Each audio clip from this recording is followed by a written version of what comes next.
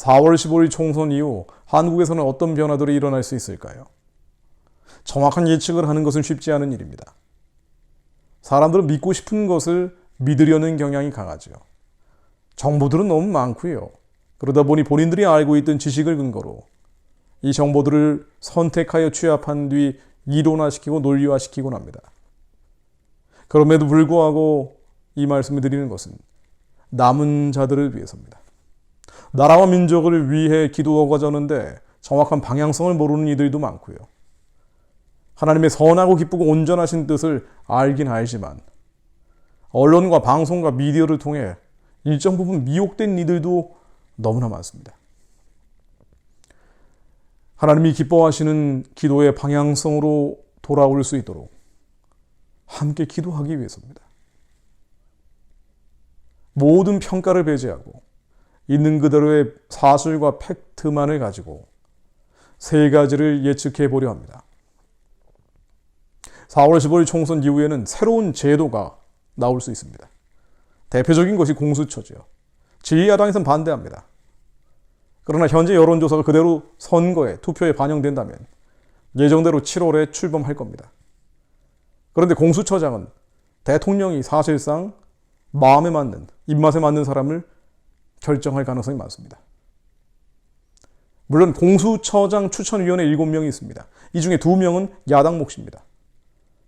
그런데 현재 여론조사가 그대로 선거와 투표에 반영된다면 전제와 조건에 달아야 되겠죠.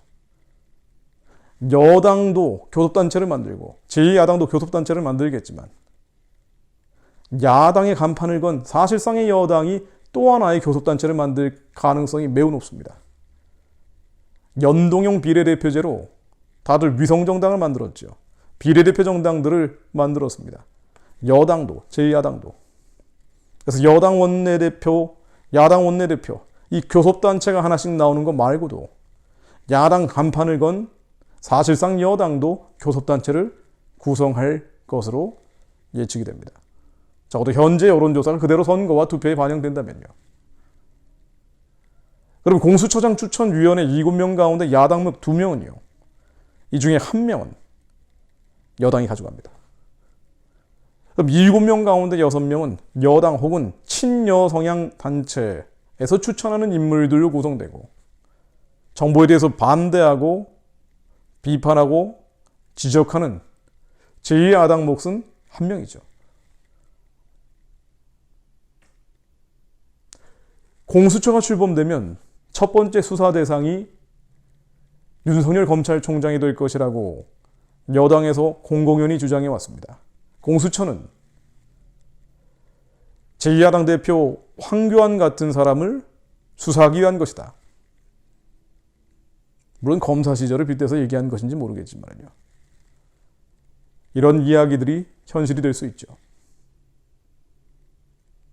4.15 총선 이후에는 여당의 국회 장악력이 더 커지고 검찰 지배력도 커지고 공수처도 장악을 하게 됩니다.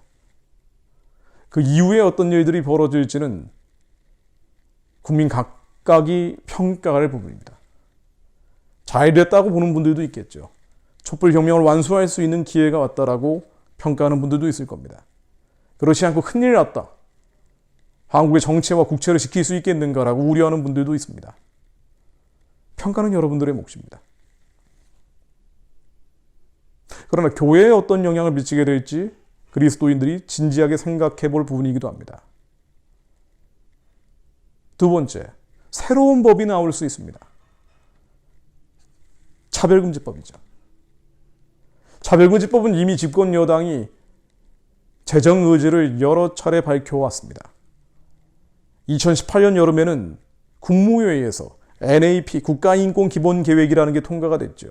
이 국가인권기본계획은 정부의 인권정책 방향성을 이야기하는 것인데요.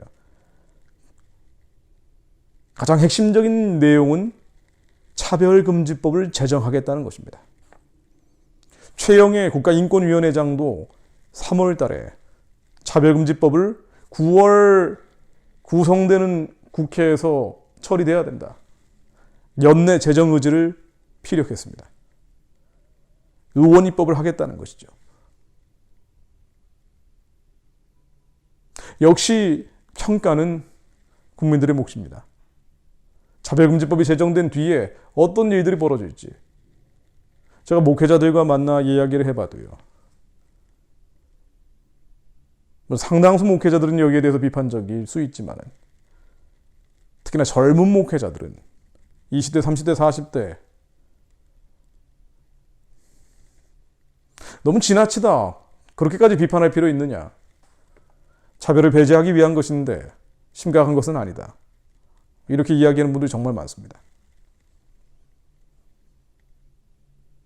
이 많은 변화들은 새로운 헌법으로 마무리될 수 있습니다.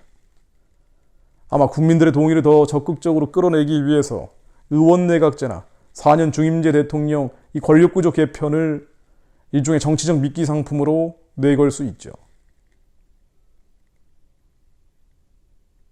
그리고 그것과 함께 여러 조항들을 바꾸려 할 겁니다. 자유민주주의 시장경제 조항들이 바뀌는 거 아닌가? 헌법 3조 영토조항, 헌법 4조 통일조항을 건드리는 거 아닌가? 성평등 조항이 들어가는 거 아닌가? 이건 역시 평가의 찬반이 갈라질 수밖에 없습니다. 우리는 이 많은 변화들 앞에서 이 급진적이고 어떤 면에서는 과격한 흐름 앞에서 하나님께로 돌아가는 것 외에는 다른 방법이 없습니다. 나의 도움은 어디서 올꼬? 천지를 지으신 여호와께로다. 간단히 제 생각을 말씀드리고 마무리 지으려고 합니다. 우리는 상황과 현실을 보며 마음이 무거워지고 답답해지고 갑갑해질 때가 많습니다. 그러나 사실은요, 현실을 비교해 보면은요, 일제시대 많은 의인들이 겪었던 것과 지금의 상황은 그다지 나쁠 것도 없습니다. 기도하는 대한민국 국회를 시작했던 기독교 입국론을 이 나라의 가장 중요한 정체성으로 제시했던 이승만 전 대통령 같은 경우요. 일제 35년을 도망쳐 다녔던 사람이죠. 그러나 시련과 환난과 고난 앞에서 하나님을 향한 절대적인 믿음을 갖게 된 주님께 더 가까이 갈 수 있는 기회를 누렸던 사람이기도 합니다. 그가 1913년 한국교회 핍박이라는 책을 썼습니다. 나라가 완전히 망해버렸죠. 1910년 한일합방이 됐기 때문에. 이제 이 땅의 나라는 없어져 버렸습니다. 그러나 이승만은 선포합니다. 땅의 나라가 사라졌지만 하늘의 소망을 구하는 자들이 나타났다. 저 만주, 브라디보스톡, 감도 지방에 가면 이 땅의 나라가 사라졌지만 하늘의 나라를 구하는 조선 사람들을 볼 수 있다. 우리가 교회의 일에만 전력을 다하면 하나님은 반드시 땅의 나라를 회복시켜 주실 것을 믿는다. 태극기를 사용하지 못하지만 적십자기를 태극기 대신 사용하고 있다. 애국가를 부르지 못하지만 찬송가를 애국가 대신 부르는 사람들이 나타났다.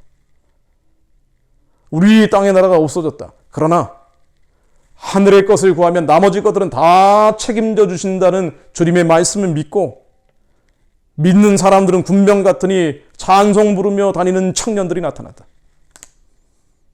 지금은 이 모양 이 꼴인지 모르지만 교회 일에만 전력을 다하면 반드시 하나님께서 중국을 전도하고 일본을 전도하고 아시아의 최초 기독교 국가를 만들어 주실 것을 믿는다.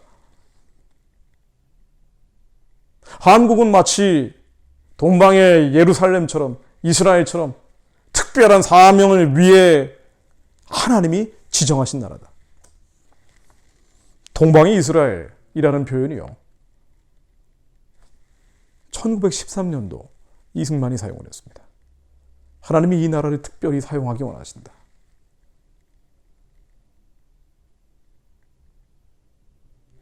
상황이 아무리 거칠고 험난하다고 해도 우리는 주님의 말씀을 믿습니다.